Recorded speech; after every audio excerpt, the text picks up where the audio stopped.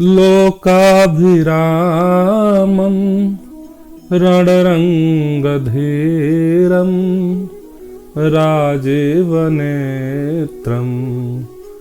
रघुवंशनाथं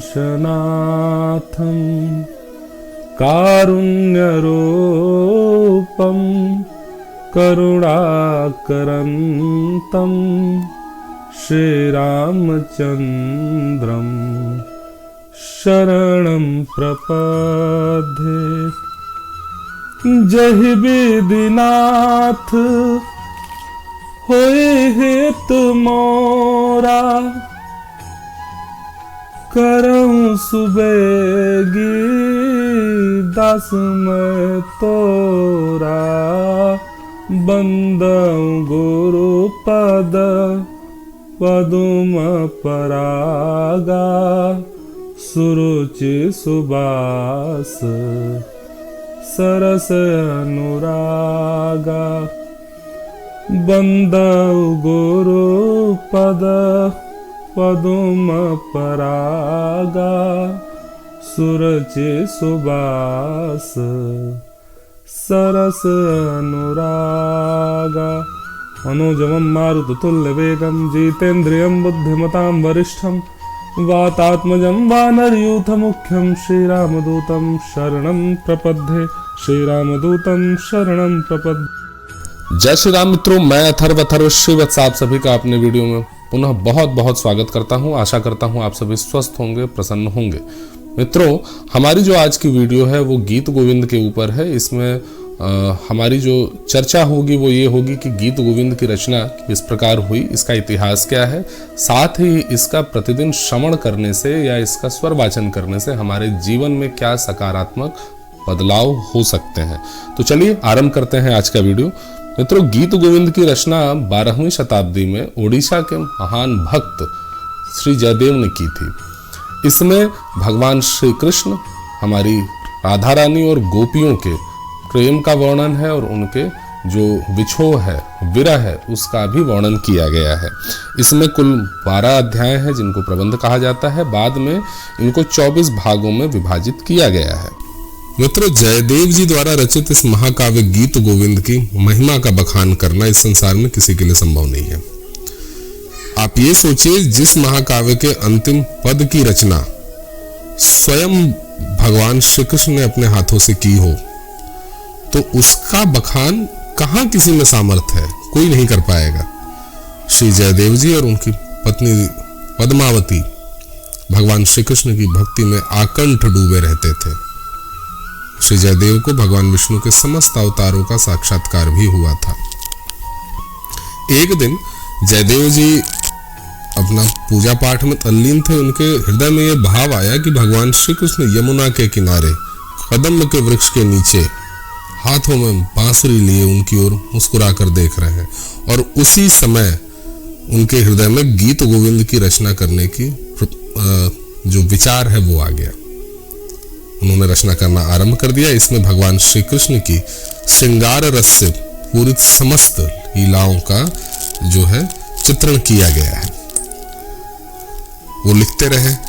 एक दिन क्या हुआ कि जयदेव जी श्री राधिका जी के प्रसंग का इसमें चित्रण करना चाह रहे थे। उनके हृदय में भाव आया कि भगवान श्री कृष्ण अपनी प्रियतमा श्री राधा जी का के चरण कमलों को अपने हृदय का आभूषण बता रहे हैं, लेकिन संकोचवश श्री जयदेव इसको लिखने में समर्थ नहीं हो पा रहे थे। उन्होंने अपनी पत्नी से कहा कि ये मैं आखिरी चरण जो है इसको बार बार लिख रहा हूं, लेकिन ये ठीक से बैठ नहीं रहा, समझ में नहीं आ रहा, मैं क्या करूं।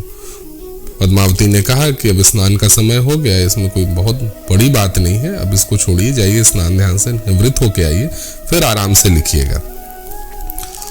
पत्नी के बार बार स्नान पे जाने पे का जोर देने के उपरांत श्री जयदेव स्नान के लिए चले गए।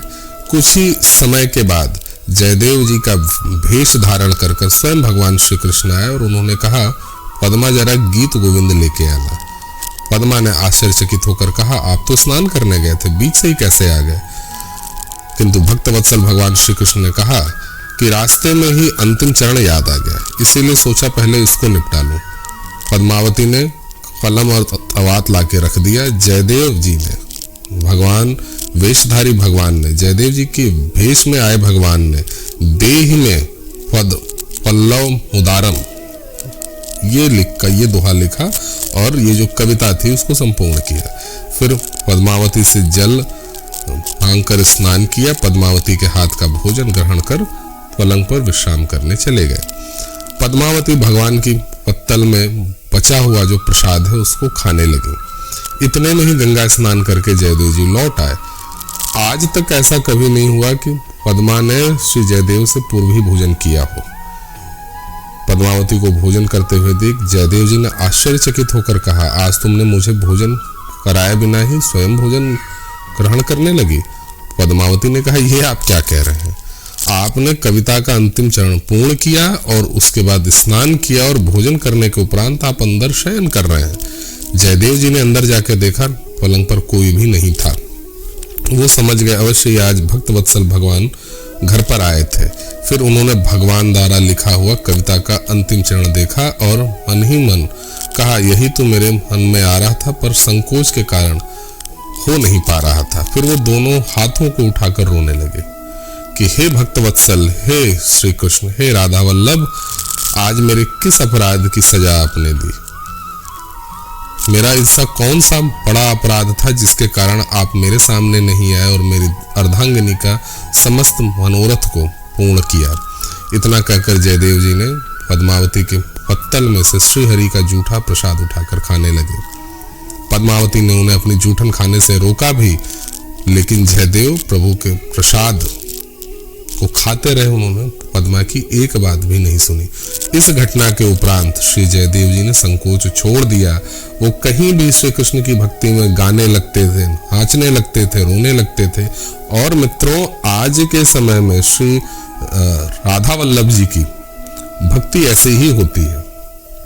भक्ति में आप स्वयं को भूल जाइए तो राधा वल्लभ दिखते हैं। हमारी श्यामा जी, हमारे श्याम सुंदर की भक्ति के रस में जो डूब जाता है वो संकोच अपने आप छोड़ देगा। श्री जयदेव जी की प्रसिद्धि फैलने लगी। उनसे जलने वाले कुछ ब्राह्मणों ने एक दूसरी गीत गोविंद की रचना की और प्रचारित किया, यही असली गीत गोविंद है। उसके सत्यापन के लिए श्री जयदेव जी द्वारा रचित गीत गोविंद और जो ब्राह्मणों द्वारा लिखित गीत गोविंद थी, दोनों को प्रभु जगन्नाथ के मंदिर में रखा गया कि प्रभु जगन्नाथ ही देखे कौन असली है।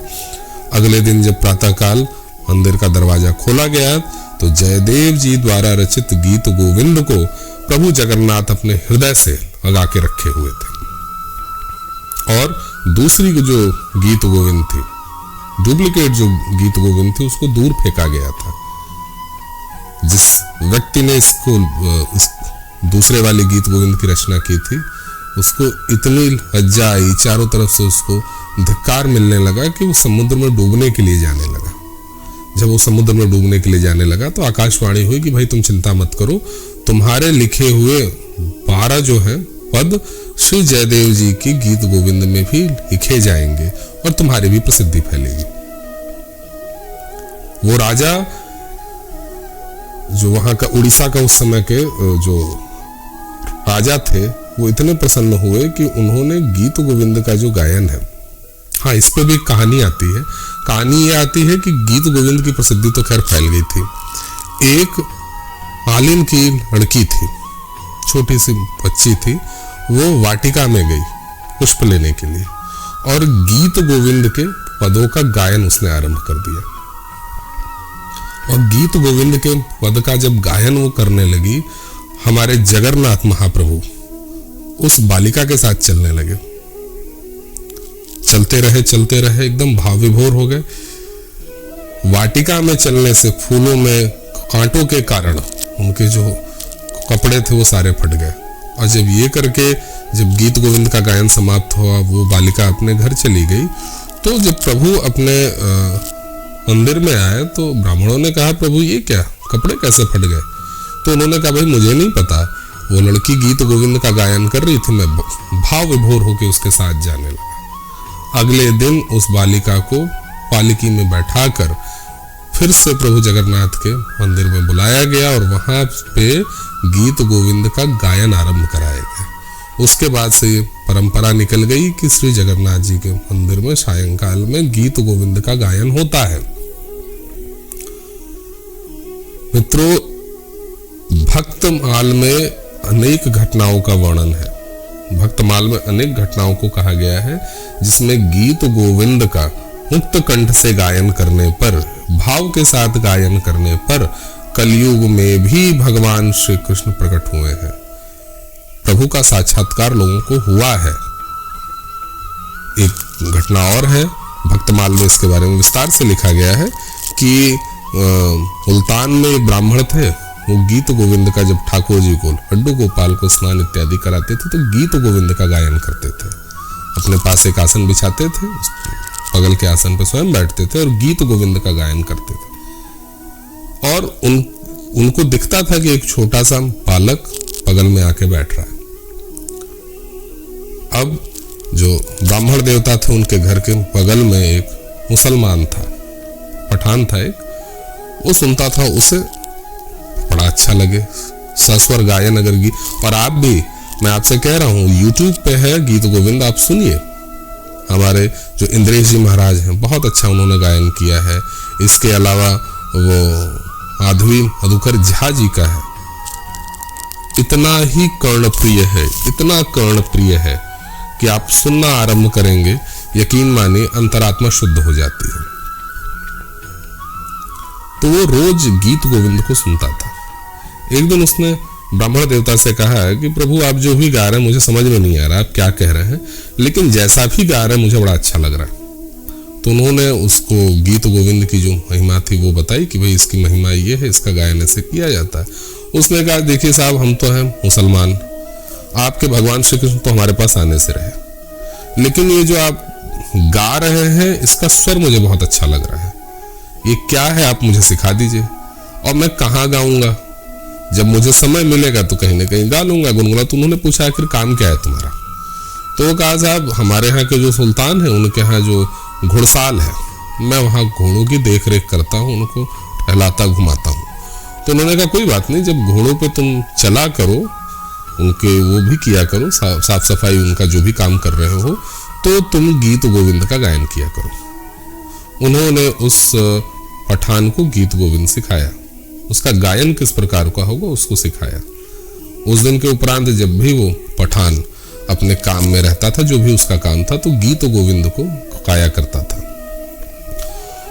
कुछ दिनों के उपरांत जब वो घोड़ों पे बैठ के जा रहा है तो गीत गोविंद का गायन कर रहा है, उसको अनुभव हुआ कि एक बालक कोई है, छोटा सा बालक, वो इसको सुन रहा है। हाँ, एक चीज मैं बताना भूल गया, इसमें जो ब्राह्मण देवता थे उन्होंने ये कहा कि जब भी गीत गोविंद का गायन करो तो श्री ठाकुर जी के लिए आसन दो, स्थान दो। तो कहा, साहब मैं तो घोड़े पे रहता हूँ, कहाँ आसन दूंगा? तो उन्होंने कहा, कोई बात नहीं, घोड़े में आगे पे, जहाँ घोड़े पे तुम बैठ रहे हो, आगे एक कपड़ा बिछा दो जिसपे श्री ठाकुर जी जो होंगे बैठेंगे, विराजमान होंगे। उसने यही किया, जब भी गीत गोविंद का गायन करता घोड़े पे आगे थोड़ी सी जगह रख देता। कुछ दिन के बाद उसे अनुभव होने लगा, एक छोटा सा जो बालक है वो वहां बैठ रहा है, वो गीत गोविंद गाता रहता, वो लड़का बैठा रहता। घोड़े चलाते चलाते जब पठान का हाथ भगवान श्री कृष्ण के हाथ से छूता, भगवान मुस्कुरा के पठान की ओर देखते, इतने प्रसन्न होते थे। ये चलता रहा सिलसिला। एक दिन सुल्तान को कुछ जल्दी थी, सुल्तान ने उसको आदेश दिया पठान को, वो जल्दीबाजी में आया, उसने घोड़ों को तैयार किया, घोड़े पे बैठ के जाने लगा। लेकिन अब आदत, आपने भी महसूस किया, जिस चीज की आदत होगी वो छूटती नहीं है। आदत के वशीभूत होकर उसने गीत गोविंद का गायन आरंभ कर दिया। लेकिन आज गलती ये हुई कि श्री ठाकुर जी के लिए उसने कोई आसन नहीं छोड़ा था। अब आसन था नहीं, गीत गोविंद का गायन होता रहा। कुछ देर बाद उसको पायल की आवाज सुनाई दी, जो घोड़ों के साथ साथ वो जैसे जैसे आगे बढ़ रहा था, पायल की आवाज सुनाई दी। उसने पीछे मुड़ के देखा तो उसने ये देखा कि ठाकुर जी उल्टे पांव घोड़ों के साथ